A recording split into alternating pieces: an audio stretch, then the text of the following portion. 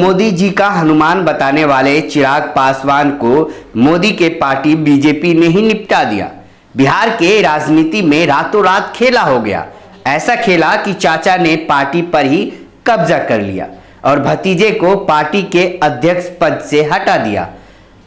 बिहार की राजनीति में रामविलास पासवान का ऐसा समय था, ऐसा जलवा था कि उनके कार्यकर्ताओं का नारा गूंजता था। उनका नारा था, ऊपर आसमान और नीचे पासवान।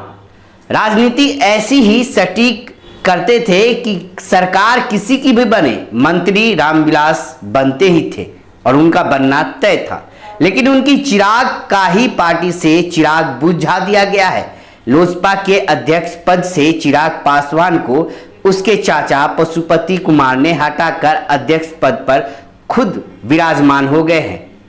सियासत और सत्ता के लिए रिश्ते किस कदर तार तार होते हैं, इसकी वानगी बिहार के राजनीति में बखूबी देखी जा रही है। लोक जनशक्ति पार्टी में टूट की पटकथा रचने वाले चाचा पशुपति कुमार से जब चिराग पासवान मिलने गए तो गेट का दरवाजा भी नहीं खोला गया।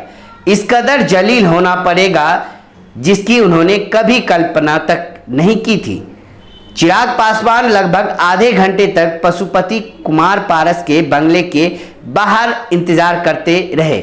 पशुपति कुमार पारस की अगुवाई में लोक जनशक्ति पार्टी के 5 सांसद ने पार्टी के अध्यक्ष चिराग पासवान से विद्रोह कर दिया है। रविवार की रात पशुपति पारस ने लोकसभा अध्यक्ष ओम बिरला से उनके घर पर मुलाकात की। उन्हें पत्र सौंपा कि लोजपा के 5 सांसदों ने पारस को संसदीय दल का नेता चुन लिया है और वही लोक जनशक्ति पार्टी के असली नेता होंगे। सोमवार को दिन के करीब 11 बजे पशुपति कुमार पारस अचानक से मीडिया के सामने आए और कहा कि वे अब लोजपा के असली नेता हैं। चिराग पासवान जिस तरीके से पार्टी चला रहे थे उससे 99% कार्यकर्ता नाराज थे। रामविलास पासवान जी की आत्मा भी दुखी हो रही थी, लिहाजा उन्होंने अब पार्टी को अपने अधिकार में ले लिया है। लोकसभा में वे संसदीय दल के नेता भी बन गए हैं और पार्टी भी चलाएंगे। लोजपा सूत्रों के मुताबिक रविवार की रात सेल्पा में टूट की खबरें आ रही थी तो चिराग पासवान और उनकी मां रीना पासवान लगातार पशुपति कुमार पारस और प्रिंस पासवान को फोन कर रहे थे, लेकिन दोनों ने फोन रिसीव नहीं किया। आज जब पशुपति पारस ने औपचारिक तौर पर पार्टी तोड़ने का ऐलान कर दिया तो चिराग पासवान उनके घर पहुंचे थे।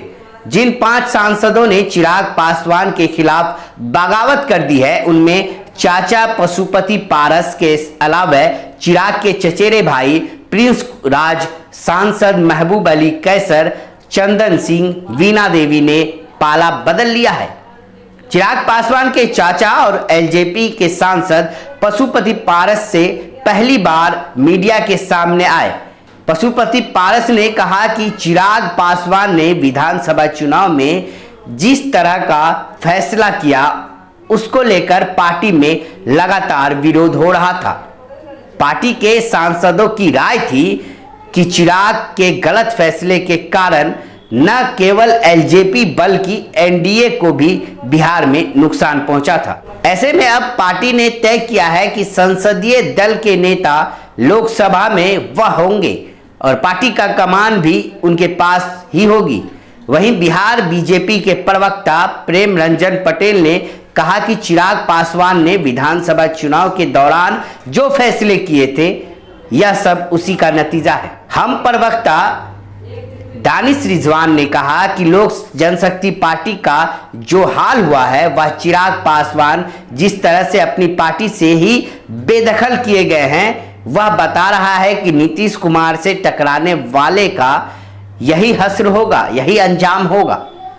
आरजेडी के प्रवक्ता शक्ति सिंह यादव ने कहा कि जनता दल यूनाइटेड धन बल की ताकत पर ऐसा खेल पहले से खेलता आया है।